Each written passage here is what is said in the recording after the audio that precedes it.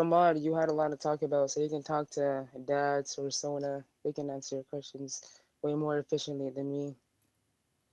Mm-hmm. Inshallah. I don't know the question or his contention or anything. Yeah, so So, yes, he brought up okay. 434. 434 is easy. Um, do you want a response or no? Bruce. Yes, you can respond.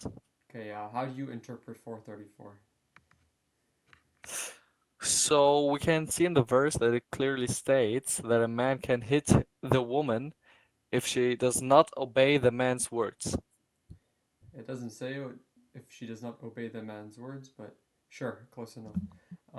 It says you can strike, ضربة. It's like a hit. Um, how do you think Muslims interpret this verse? You tell me, you're a Muslim. Okay, does this mean I can punch my wife if she annoys me? So the verse is not stating that directly. Um, Mhm. let's say the verse is not stating directly that you can hit your woman as soon as you d disagree with her. Um, it has different levels to it. Do you agree Let's with say, me on this sure, point? sure, I'll grant that for sake of argument, but what I'm asking something specific. What type of hit is this gonna be? Strikes. So let's What type of say a strike? Can I punches. punch her? Can I punch her face? Doesn't matter if you have to punch her face or her arm or anywhere on her body. But is there a limit to it? I'm asking you, because the verse doesn't say. So how do you understand it? Yes, of course, it does not state that you should hit her in the face or on their arm. It does not state It a doesn't say specific anything. point to hit her. It tells the man can Hmm. strike the woman. Yes. Okay. I've granted it. A Yes. man can strike the woman. That's not what I'm asking. I'm asking how do you interpret this strike? Can I punch her face? Can I knock her Yes, teeth that's out? what I said. Can I knock her out? You What can can I punch do? her wherever you want. Okay, no problem. Um, yeah, no Muslim is gonna interpret this verse to mean you can hit her wherever you want or however you want. Um, Sadly, sadly, many Muslim men interpret it this way. maybe they are hadith rejectors. Like no Muslim who takes from the hadith, who knows of the Prophet, of his character, of his teachings, would interpret it this way because we know it goes against Islam. And maybe if you read the verse So on the its own, without the context of everything else, it's possible you could understand it this way. But if you're Muslim, you understand Islam holistically. this is the context, though. Um, It clearly talks about huh? what you should do if a woman disobeys your order. Yeah, it's well, we even this needs interpretation.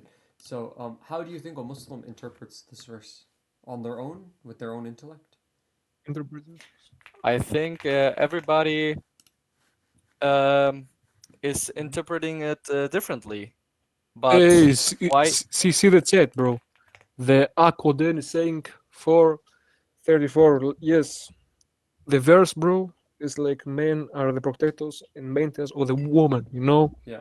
that's the verse. Okay, and this means this literally means like Wait, we need some more people men joining men up. Well, have I want to. I'm authority. You gonna know, get into a response in a second. I'm just trying to get how you understand it, cause um.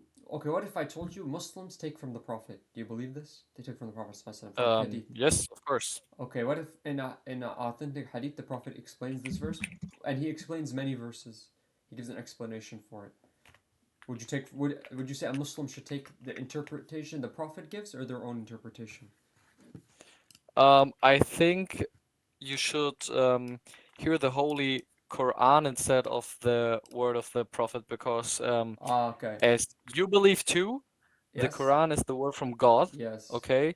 So what takes more like rights, the Quran or the Prophet? Of course, the Quran because it Thank comes you. from I God agree. directly. I'll agree with you for the sake of argument. Can you pull up the same chapter, chapter 4, verse 80? Sorry, wait, I'm gonna answer to the chat and then okay, Okay. do you now. know Because I this want. verse? Bro. This was literally saying, No, no, no. admonish them, He said abandon I them should take in the the word of bed, and Allah. strike them. Yes, so I'm gonna You take know, from the word of Allah. Can we pull up the same chapter, verse 480? Chapter 4, verse 80.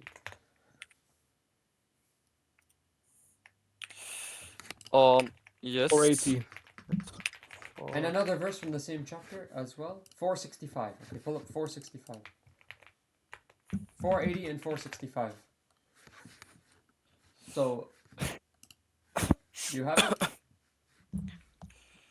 What? I'll post them 80. both in the chat. Okay. The woman, you know.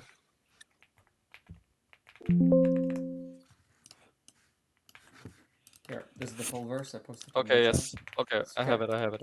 So 480 says, "Those who obey the messenger have obeyed Allah." It's the same chapter. I'm not even going to a different Hmm. chapter. Okay. Yeah, yeah, yeah. And 465 says, "But know by your Lord they will not truly believe until they make you, O Muhammad, judge concerning that over which they dispute among themselves, and then find within themselves no discomfort from what you have judged, and submit in it full willingly submission." So the author of the Quran, who we believe is Allah, is telling us if we want to understand the first, it's saying if the Prophet commands you to something, you take it, right? If you Yep. obey the Prophet, you have obeyed God, and it also says that the Prophet is a judge over us concerning our matters, their religion, or their interpretation of the verses. So now I'm going to ask again, if the Prophet gives an interpretation of this verse, such as you cannot strike the face, you cannot cause harm, you cannot leave a mark, is that going to take precedence over my own interpretation? I think so, yes. Okay, so if the Prophet says you cannot hit the face and you cannot cause injury and you cannot leave a mark, then I would have to follow this ruling. Um, Not exactly, because I still think that he would contradict the word of God. So you think the If Prophet he can contradict the word of God? Does the Quran say the Prophet can contradict the word of God? No, but if he doesn't say the same things the Quran says, then he does contradict his words. No, it's gonna be a dilemma. The Prophet could never speak against. There was a verse in the Quran says the Prophet cannot speak of his own desires. He only speaks a revelation, um, and it also says that he is like, if you obey him, you've obeyed God. So we take this into context that the Prophet, whatever he says, is the Quran, is revelation, right? Sorry, what? Whatever the Prophet gives us is revelation. It's wahi, even if it, Yeah, because his yeah, yeah. interpretation comes from God. So I agree, I agree. okay. So the meaning of this verse has to mean without causing injury or leaving a mark, because in an authentic hadith, and we have plenty of them, it obviously the Prophet gives an explanation of this verse. Its meaning without causing injury or leaving a mark or striking the face. But when does this apply to? Because as you probably even know better than me, Muslim also believe that during war, rules change. During war, men from the Islamic State can take women from the country they conquered as slaves, for example. As captives, yeah. If they're amongst the combatants, they would become captives. But how is this relevant to 434? And the rules don't change. The rules are still there.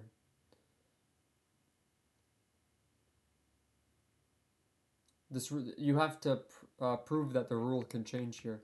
The rule can't change because it's in the context of 434. The Prophet explaining chapter 4, verse 34. Right? If you read it, it says, um, the Prophet ﷺ said, "I enjoin good treatment of women, for they are prisoners with you, and you have no right to treat them otherwise, unless they commit clear indecency. If they do that, then forsake them in their beds and strike them, but without causing injury or leaving a mark." So he's literally speaking about 434, right? And he's explaining 434, and chapter 4, verse 34 means without causing injury or leaving a mark. He says he enjoins good treatment of women, for they are prisoners with you. So a Muslim man has to treat a woman well. He has no right to treat her otherwise. It says you have no right to treat them any other way. you have to treat them good unless they commit clear indecencies. If they commit clear indecencies, then you advise them, you forsake them in their beds, and then you strike them, but without causing injury or leaving a mark. Okay. But why, something? Why are all Muslims, leaving Islam and Muslims coming are to not the leaving Christians? Islam. Oh, leaving Yeah, Islamic countries, you mean? Or leaving their religion? no, all the Islamic countries, all the Arabic countries. Why are they leaving them and coming to Europe and all the Christian countries? And they they trying to like put the rulership of the Sharia law, in all the Christian countries. Why So, are they trying to do this? It's not their country. What yeah. I mean?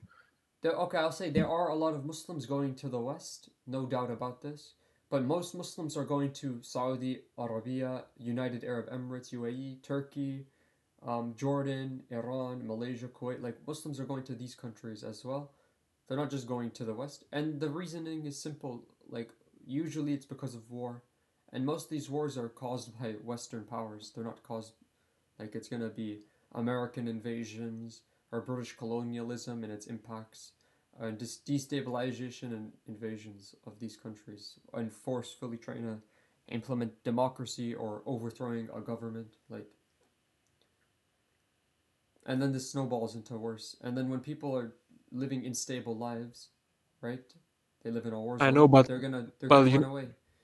I know, but something. All the Muslims coming to the Christian countries, Mm-hmm. they they're like they're doing all the bad things, the illegal things, the crimes. You know that? Have you read the statistics? I've seen some, Have you but seen I'm this? not It's literally too. happening right now. The Muslims, only Yeah. the Muslims. 80% of them who are coming in the Christian countries are committing half percent of the crimes. Why is Um, this happening? I don't know. I can't answer. But if that is happening, I just answer that it doesn't. It's not in line with Islam to do things that are wrong. Islam gives you guidelines. You have to follow them. Um, like, I'm a Okay, Muslim. and I've never committed a crime.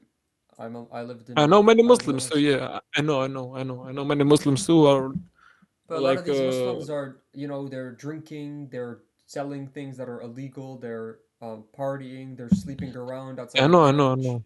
So they're not But following their is religion. okay. I have another question for you. It's like another two questions. Like one question is smoking cigarettes halal No, or it's haram. shisha? It's haram. It's haram. Yeah. But why are like 50% of Muslims saying like it's halal Because they're smoking ignorant. cigarettes? They're ignorant. They don't know. Allah forbids you from consuming things that are harmful. If something's harmful, you're not allowed to consume it. But Oh, P got voice comm banned. Alright, I will call it then.